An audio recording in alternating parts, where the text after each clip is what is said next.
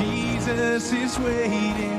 God so loved the world. Amen. We're just going to ignore that. That's okay. Let's continue our worship this morning.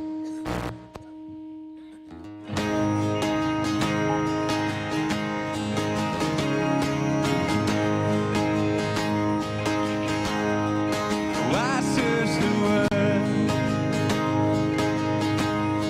but it couldn't fill me. Man's empty praise and treasures of faith are never enough.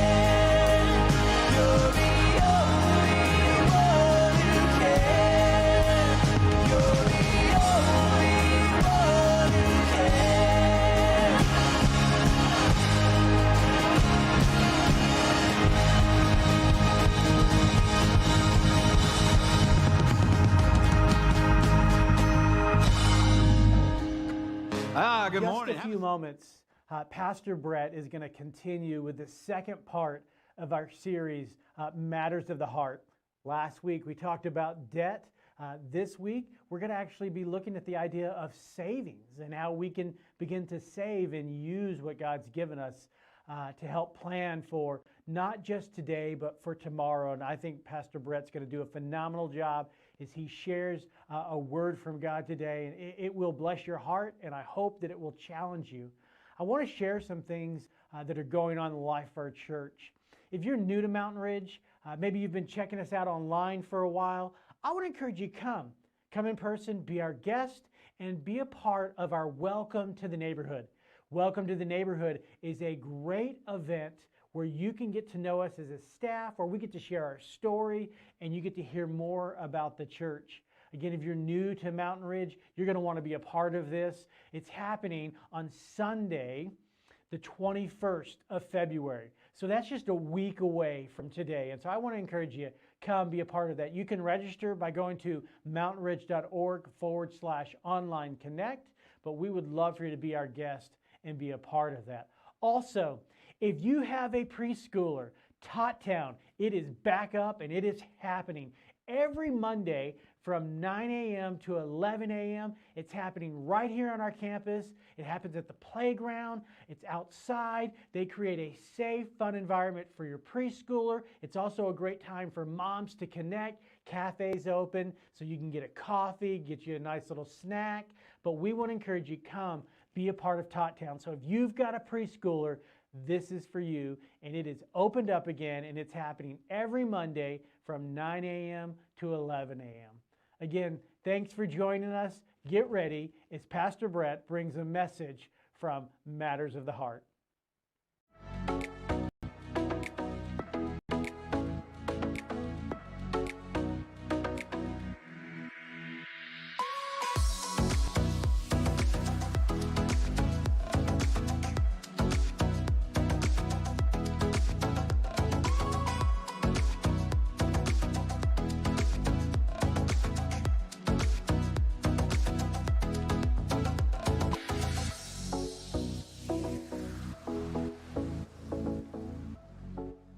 Hey, you know what? I don't know what day you're watching this, but we're filming it for Valentine's Day, February 14th. So I got something that has nothing to do with anything that I want to ask you. Do you know what the difference is between a $20 steak and a $55 steak? It's not 35 bucks. It's February 14th. That's the difference between a $20 steak and a $55 steak. Hey, I hope you're doing well, and I'm glad you're with us today because we're in the second week of our series called Matters of the Heart. And what we're talking about is money and what God has to say about money. And so you may not know this if you haven't read the Bible a lot, but God actually has a lot to say about money, and it's a lot more than just about you should give your money away. There's actually a lot of wise financial principles that are stuck in Scripture. As a matter of fact, Jesus talked about money as one of his top topics, one of the things he talked about the most. And here's what you may not know. Jesus was far more interested in your heart than your wallet. But Jesus was a pretty smart guy. He knew that for us, often we get the two confused. And so he spent a lot of time talking about what's going on in our hearts and how that shows up in our wallets. So we're going to explore that today, and it's odd because to me, I got to looking, one of the most popular nonfiction topics over the last 12 months has been frugal living, how to get by on less. And so there's all kinds of ideas and hacks about how do we live the life we want to live, but do it with less money. And so whether it's getting off of the gourmet coffee or starting to work out at home or kind of auditing all your subscriptions, boy, that's a killer for a lot of people. We sign up for things that are $10, $15, $20 a month until all of a sudden $1,000 are gone. But auditing your subscriptions and all kinds of things are ways that we can save money. And really, people do that for one of two reasons. One reason people save money is because they have a goal, something they're trying to do, whether it's send kids to college or retire or get together a down payment for a house or something like that.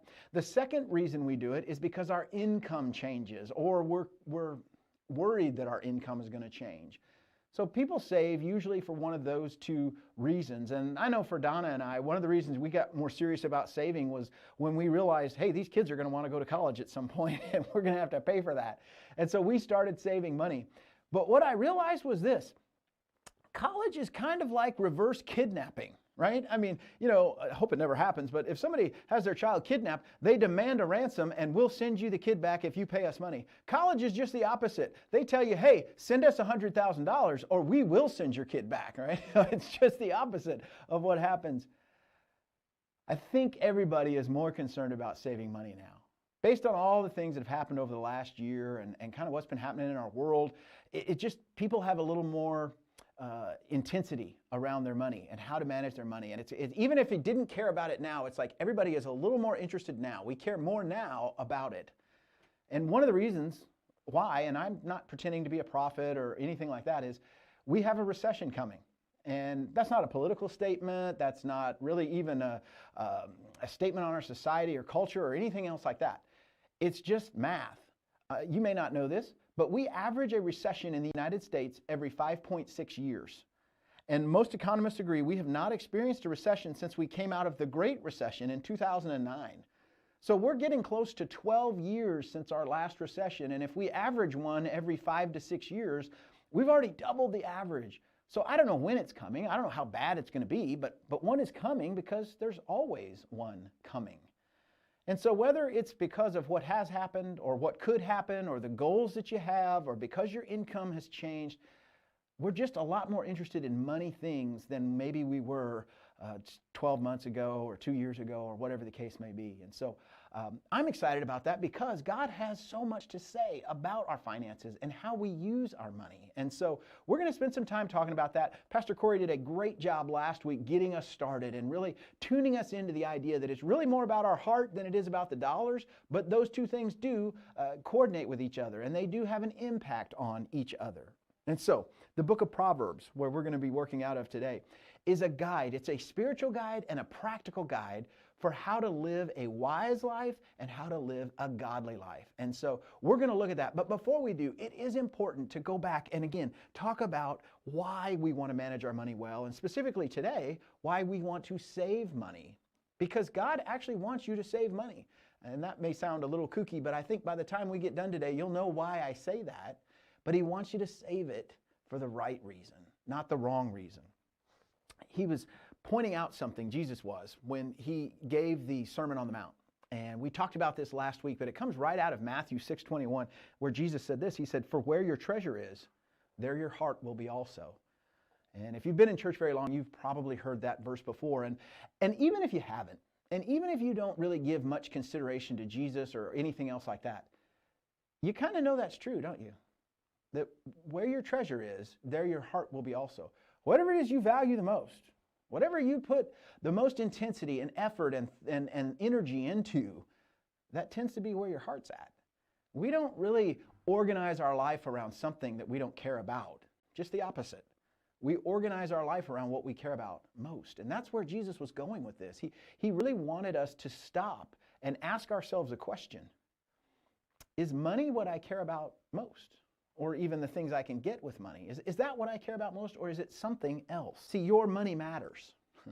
and we say that, and we're going to say that throughout the series, that your money matters, but there's really kind of two meanings there, right? So your money matters. I mean, it matters what you do with your money, right? And how you handle it and how you manage it, and all of those things are important. And God has something to say about that. But your money also matters in terms of who you are and who you're becoming and where your heart is. So your money matters in how you use it, and your money matters in how you think about it. You may have heard the quote that facts don't care about your feelings. Well, I want to take that one step further. Cash doesn't care about you. It doesn't. And that's why Jesus is so adamant that we don't let money become the source and the inspiration for what happens in our heart. Because when it does, it's called materialism. And materialism is not one of those things where you have to be really rich to be materialistic or really poor to be materialistic. It doesn't really matter how much you have. You can be materialistic. And that's one of the things, the first principle we're going to look at from Proverbs isn't really about saving money or paying off debt or any of the other things we've talked about. It really goes back to your heart. In Proverbs 15:27, it says this: "The greedy bring ruin to their household, but the one who hates bribes will live." And this is what he's driving at. He's talking about that materialistic approach. What is it that drives you? It reminds me of a story that it was really kind of a sad story that I read about very recently. A young Canadian bride, her name was Susan, was getting ready to get married, which you think, oh, that's fantastic. What a wonderful story. You know, it's just so great when people start their lives together and all these kinds of things. And it could have been, but it didn't turn out that way. Susan planned a dream wedding, $60,000 for a wedding, which just blows my mind. But she didn't have the money. So she came up with a unique way to have this wedding. And the only reason we know about this is because she ranted about it all over social media, complaining about her friends when it was over. She invited all her guests. She planned everything. She booked the caterers. She did all the other things. And in the invitation, she informed the guests that when they RSVP'd, they would need to pay a fee of $1,500 each. As you can imagine, I mean, I've never gotten a wedding invitation that cost me $1,500 to attend. Only 8 friends said yes. And so she just blew up all over social media, complaining about how her friends didn't love her friends didn't care about her, they didn't appreciate her, and they were ruining her wedding. Well, her husband-to-be made a very simple suggestion. He said, Susan, why don't we just kind of go on a lower cost kind of approach and let's just do this wedding a little bit differently. She was so incensed, she called off the whole marriage. And I know that's extreme, but that's what happens when materialism kind of takes root in our life. And when we give it a long leash, it really has an impact on us. And I think that for some of us, we kind of shrug our shoulders and go, well, I'm not materialistic. And most of the time we're not, you know, until that new iGadget comes out that replaces the one that we just had to have 2 years ago. And now we've got to have the next one. But I'm not materialistic. And, you know, I'm living in this house, but there's another house I want to get later. And we're doing this, but, you know, sooner or later we're going to upgrade to that. I mean, it's easy to fall into the trap. And this isn't to make you feel guilty. It's just to make you aware. Because materialism really does ruin us, just like that proverb said. Materialism corrupts your values. You start to value things differently when it's all about the money and all about the stuff. Materialism also consumes your thinking. If you're not careful, that's all you think about. How to get more, how to get better, how to get the thing I don't have. And maybe even, man, maybe the most tragic part of materialism is materialism changes how you treat people. Instead of valuing them and caring about them, they become a means to an end. They help me get what I want. And that ruins us. I mean, when we look around and we wonder why our life is terrible, it's because materialism it has changed those things, corrupted those things, and made us into somebody we didn't want to be. And that's why Jesus warns us about it so heavily. He says it's one of the things that tests our heart more than anything else is materialism. And so, before we get into the idea of saving money, it's really important that you check your heart. If you are going to save money, like we're going to talk about here in just a second, why? See, your why really matters. If it's just to have more, to get more, and you want more, you're in trouble. That's materialism. But on the other hand, if you're saving because of the ideas and the principles that God gives you, that actually does something else. It doesn't corrupt you and ruin you because of materialism. It actually makes you wise. And so, again, I would just encourage you, before we even get into the idea of saving money, start with why. Why do I want to do this? What am I trying to accomplish? Because that is going to have more to do with what happens than how much you save or don't save. Okay, so let's dive in. Let's talk about this. The very first principle that we find in Proverbs 27:12 is to pay attention and be wise. Pay attention and be wise. And it says it this way. It says, the prudent see danger and take refuge, but the simple keep going and pay the penalty. In other words, if you're not paying attention, it is easy to mess up. It is easy to fall down and create problems for yourself. And so let's put this in some simple economic terms. In other words, pay attention. What's going on around you? Like I just said, we know a recession is coming. Now, that doesn't mean that you have to save and you know, be able to live off your savings for years at a time or something. It just means that there's a possibility that my job might get impacted. I might make less, or I might have to switch jobs, or things may change. So a recession's coming. I need to be wise. I need to pay attention to that. But more specifically, April 15th, your taxes are due. If you owe money, have you started saving for that? And your car, maybe it's in great shape, or maybe you know it's going to have to be replaced pretty soon. Have you saved some money for that? Maybe you want to go on vacation this summer. Man, I hope you do. I mean, the whole last year has been so messed up. It'd be great to go on vacation this coming summer. Have you saved for that? Or are you just going to charge it? See, that's what I'm talking about. Pay attention and be wise. And here's the easiest one of all. I'm pretty sure we'll go ahead and have Christmas on December 25th again. You know it's coming. Are you paying attention? Are you being wise? And that's what this proverb is telling us to do. It's that we need to look around, we need to pay attention, and one of the things that goes along with that is, if we know we have expenses coming, if we know we're entering a season of life where things may be a little bit different or more difficult, have we set aside? Have we put money aside? And this other proverb really fits in nicely here. It's Proverbs 21:20. It says, the wise, which we want to pay attention and be wise, the wise store up choice food and olive oil, but fools gulp theirs down. Like, what does that have to do with saving money? It's actually pretty simple. And to me, it's actually pretty fascinating. Because he's saying, the wise and the foolish person both get good things. I mean, God gives everybody good things. The wise person saves some of it. The foolish person lets it all just run through their hands as soon as they get it. They consume it all, they spend it all, they use it all. They don't save anything. And I guess the best example is, and you've seen it too, and we all shake our heads, when a celebrity or an entertainer or an athlete or somebody wins the lottery, they get millions and millions of dollars, and then in a few years you're reading about how they're broke. And you're like, how could that happen? Because it's not about the money. The wise person sets some aside. The foolish person uses it all up. So that's what we mean when we say, pay attention and be wise. You know things are coming. You should prepare for them. So God's telling us, yes, I want you to save money because I want you to prepare for things. It doesn't mean that God's not providing for us or that God's not going to come through for us. He's just saying, look, when you have the opportunity, when you have good things, when you're aware of what's going on around you, you should save some money. You should prepare. Think about it this way. Just make it real simple.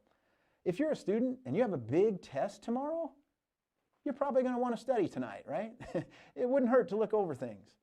If you're work and you know at work you've got a big presentation coming up, you're probably going to review your slide deck and make sure you're ready, right? You don't want to just kind of wonder and have questions and, I don't know. You're going to prepare. If your team's playing in the championship next weekend, you're probably going to want to go to practice. Saving is just like that. God's telling us, look, there's going to be things that come. There's going to be things that happen. So pay attention and be wise. Go ahead and set yourself up to be successful by saving some money. All right, so what's the next step? I'm aware, I understand, I need to save, I'm ready to go. What do? You need to develop a plan. You develop a plan, and that comes right out of Proverbs 21:5. It says, the plans of the diligent lead to profit, as surely as haste leads to poverty. Wow. The plans of the diligent that lead to profit, as surely as haste leads to poverty. And that's a big distinction.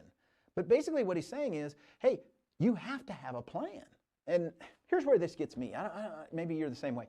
I love it when I hear a good idea, right? And I think about, hey, I want to do that, or that sounds great. I'm going to try that out, or wow, this will really make my life better if I would do that too. And then I don't do anything about it, right? I have that good intention. I recognize the good idea, and then I don't actually do anything about it. And that's frustrating to me. I'm kind of hard on myself. I look at that and I think, why did I do that? Why did I mess that up? I had this wonderful opportunity, this great idea, and I didn't do anything with it. See, a plan is how you take the good idea and you actually bring about the right actions. That's what a plan does. And when it comes to planning, especially financially and saving money and everything else, it's that 6-letter B word, right? Budget. You have to have a budget. And for a lot of people, budgets, you're like, oh, I don't want a budget. That sounds terrible. I mean, you're trying to, hold me down and keep me from doing what I want to do. No. That's not what a budget is. A budget is a plan for spending. Now, some people misuse it. Some people misuse it on their family or their friends or whatever else. And I'm not talking about that. I'm talking about simply developing a plan. Because what a question a lot of us ask, where did my money go? And when it comes to a budget, when it says, where did my money go? The budget says, it went where I told it. That's exactly where it went. It went where I told it to go. That's what a budget does. It struck me when I was thinking about this that this happened to me, my family, just probably about 2-3 years ago. We were sitting down and we were kind of going through all of our, income and all of our bills and just what you do when you create a budget. And I was looking at this. My floor, I just couldn't believe this. My jaw hit the floor when I saw how much money we were paying for internet and cable TV. I was just kind of scratching my head. I'm like, how did this happen? I was kind of surprised by it. And we made a very quick decision. No, we're done with that. We're not going to pay this much money to watch TV, right? That just doesn't make any sense. And so we made a change that saved us about $150 a month, just like that. And you know how this goes, kind of, you start looking at things and you start thinking about things and all of a sudden you start finding stuff. And so we spent literally about one evening, and before it was over, we were saving $250 a month. I mean, that's pretty significant, but that never would have happened if we didn't go through the process of developing a budget and just looking at our income, looking at our expenses, and trying to understand where is our money going and making sure our money goes where we tell it to go. And that enabled us to save money that before we had just been spending and losing. And so I can't encourage you enough to develop a budget. And you may, I don't know how to do that. I don't want to do that. I get it. We want to help you. So if you go to mountainridge.org/4U, we have a resource page there. All kinds of financial resources. And there's all kinds of little suggestions there, and actually they're all free, which is even better.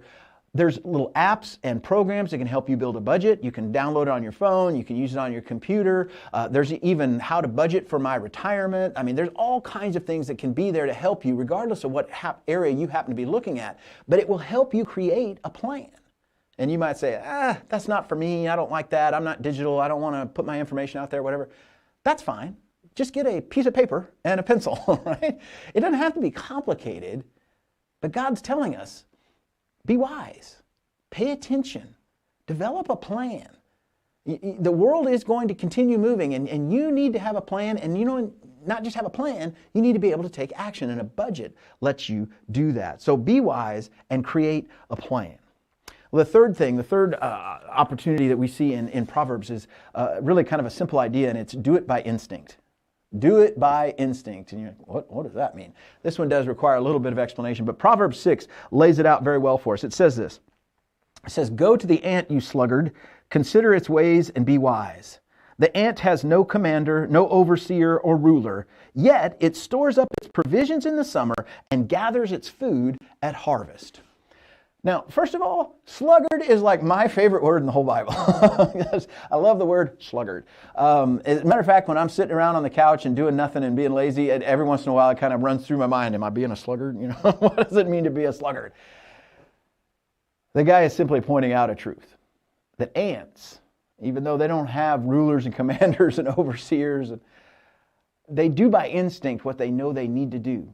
They do what is best, not what is easiest. And the sluggard is actually, like, I know we don't usually use that word, but sluggard, when the way it's talked about here is somebody that's too wise in their own eyes. In essence, they think, you know what, I know it's that way for everybody else, but it's different for me, right? I get it. Other people need a budget. Other people have to plan, and other people need to be careful, but I don't because my situation is different, right? I'm kind of special. I won't really say it that way, but that's basically what it is. And the rules, I know they apply to most people. They don't apply to me. That's what the sluggard is. And if that's you, I'm not trying to be too hard on you, but really, it's just a form of laziness. It's just being lazy. I'm not willing to do anything difficult or be uncomfortable. And so I am just going to continue to consume and consume and consume, assuming that there will always be more until it's too late and I find out, no, there's not. There's not enough.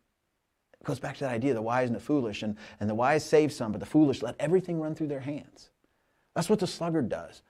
The ant does it by instinct. And I had another version of this that I used to say all the time. And I told my girls this and they hate it, but now I find them repeating it, which is great. It says, we do what you have to do now so you can do what you want to do later.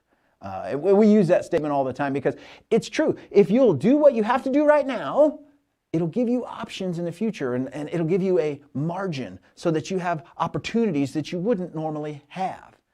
And so how do you do this? What about all this instinct stuff? There's two things, I think, that are probably the easiest way for you to put this in practice. And the first one is to automate as much as you can, right? If you want to save money, you should automate it. Set it up to where the money comes out of your bank account before you ever see it, before you ever spend it. Maybe you can even do it through your paycheck and send it to your retirement account or send it to your savings account or the college fund or whatever you're saving money for.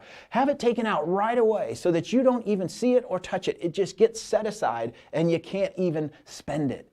automating it helps develop this instinct that helps you do what you need to do now so you can do what you want to do later. I mean, in my own case, we've automated most of our bills, and really probably the most important thing we've done is we have automated our giving to the church. It happens every 2 weeks without question, without fail, and the reason we do that is because we want that money to go out first. We want that money to be set aside and special and given to God. But when we've automated our giving, we've automated our saving, we've automated our expenses, and then we are living on what's left. It just makes it so much easier. It doesn't take so much willpower when you put those things in place. It helps develop the instinct or the habit. The second suggestion I would give you is even more simple. If it seems too hard, if it seems like it's far away, get some help. Just get some help. There's nothing wrong with that. That's actually a really good idea, to get some help.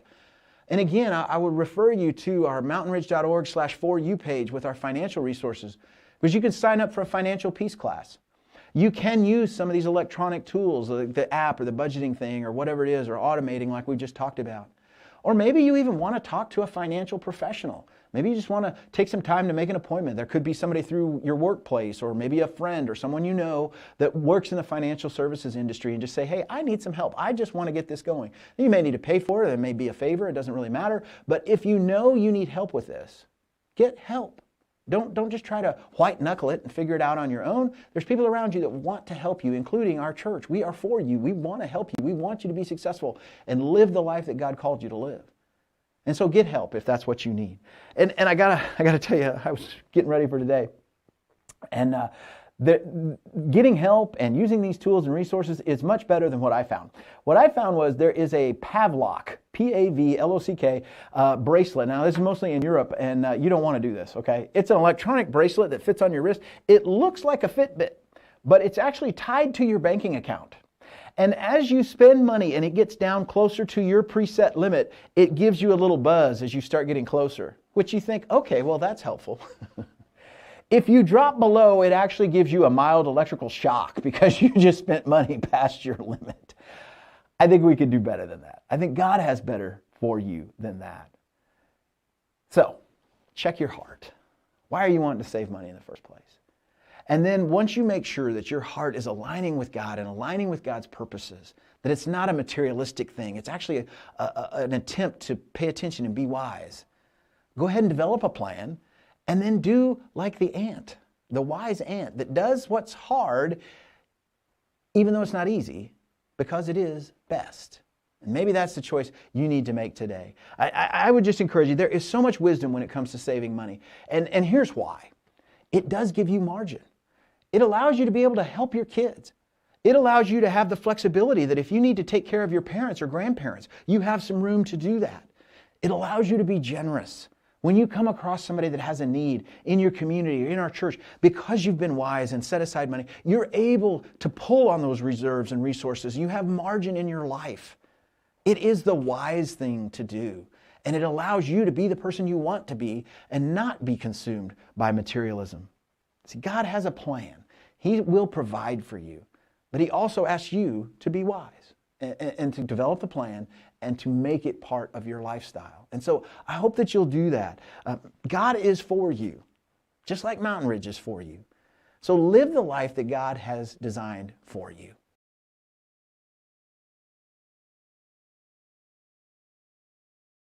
So what do I do with what I just heard? It's so important to respond to what God has spoken to us about. And I hope God's been speaking to your heart and you've been hearing Him. When He does speak, He wants you to take action. He wants you to do what's next. And so let me give you a couple of options of things you could do to take a next step. The first one is very simple, and it's really only thing you can do on your own is to check your heart. Jesus was very clear. He says, where your treasure is, there your heart will be also. So check your heart. What are you treasuring? Is it money? Has materialism kind of crept its way in? If it has, go ahead and admit it. Tell God, yeah, I am. I'm a little too concerned about these things. I'm a little too focused on these things. God, I confess that. I ask you to forgive me, and I'm asking you to help me move forward. But really, the best step that we could all take is to simply check our hearts.